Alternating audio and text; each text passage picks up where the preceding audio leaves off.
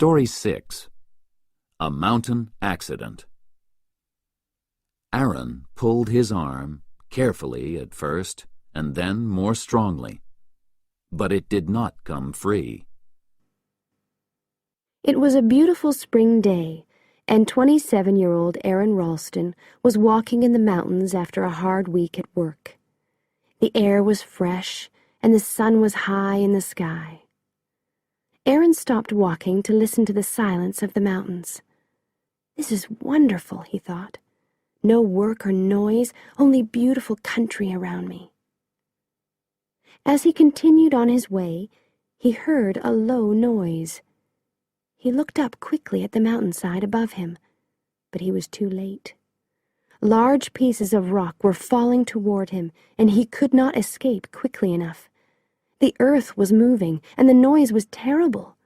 In seconds, Aaron's arm was caught under a rock that weighed 500 kilos. The pain was terrible, but Aaron stayed calm. He knew a lot about the mountains. He knew how to live in the wildest and most dangerous open spaces. He pulled his arm, carefully at first, and then more strongly, but it did not come free. Next, he pushed the rock as hard as possible. Again, nothing. It was getting dark. Aaron ate a small amount of food and drank some of his water. He wanted to keep strong, get some rest, and try again in the morning.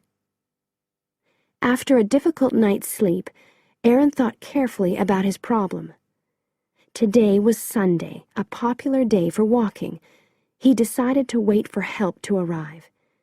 He looked hopefully up and down the narrow mountain path, but the mountains were empty and silent. The morning passed, and the sun moved to the west. By late afternoon, it was too late for walkers. Aaron needed a different plan. Using his climbing equipment, he tried to move the rock. He tried a number of different ways, but it was too heavy. Next, he took his pocket knife and tried to break away small pieces of the rock near his arm. "This will destroy my good knife," he thought, "but my life is more important." But the knife failed to cut even the smallest piece of rock. Aaron knew that he was really caught. He made himself as comfortable as possible for another lonely night. Aaron had enough water and food with him for a day's walk, but it was day 3 now, and the food was almost finished. He only had enough for one more small meal. In his mind, a difficult and dangerous plan was growing, but he did not want to try yet. It was Tuesday morning. After 3 difficult nights in the mountains, Aaron was tired and hungry. He drank the last of his water and thought carefully. Now he knew that he had to cut off his arm. He took his knife from his pocket and bravely put the metal against his skin. He pressed down hard and began to cut. But after his work on the rock, the knife was not sharp. "I couldn't even cut the hair off my arm," he explained to newspaper reporters later. Aaron used the rock to make his knife sharp again. Then he cut through his skin as far as the bone. "Then I found that I couldn't cut the bone," he calmly told the reporters. For 2 more days, Aaron tried different ways to cut his arm off. Without food or drink, his body was getting weaker, but his mind was clear and strong. "I did what I had to do," he explained. Aaron turned his arm the opposite way to his body. The first arm bone broke easily. Then he broke the second. He tied a piece of cloth tightly around the top of his right arm to stop the blood. Then, slowly, he cut through the rest of his arm. At last, Aaron was free. He looked down at his lifeless arm under the rock. It seemed like a strange dream. His clothes were covered in blood, and the pain in his right shoulder was terrible. Aaron felt very small and unimportant under the wide sky and tall, dark mountains. Aaron was still in great danger. He was a long way from home, and he was losing blood fast. Darkness was only a few hours away. He had to get to a road as quickly as possible. He looked below him and thought carefully.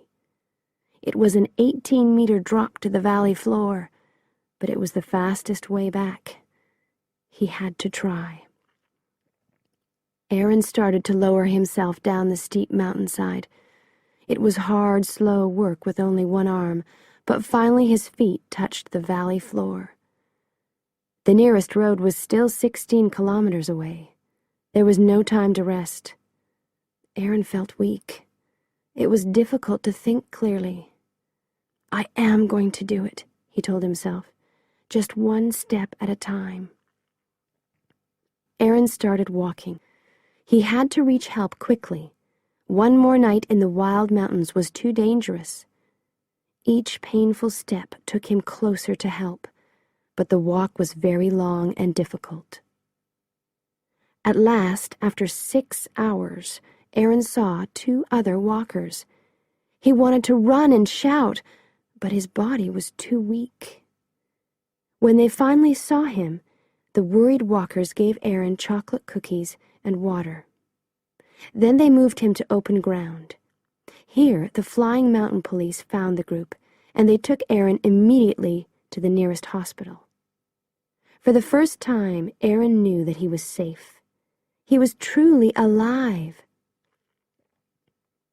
Hours later, Aaron lay quietly in his hospital bed and looked up at the shiny white walls around him.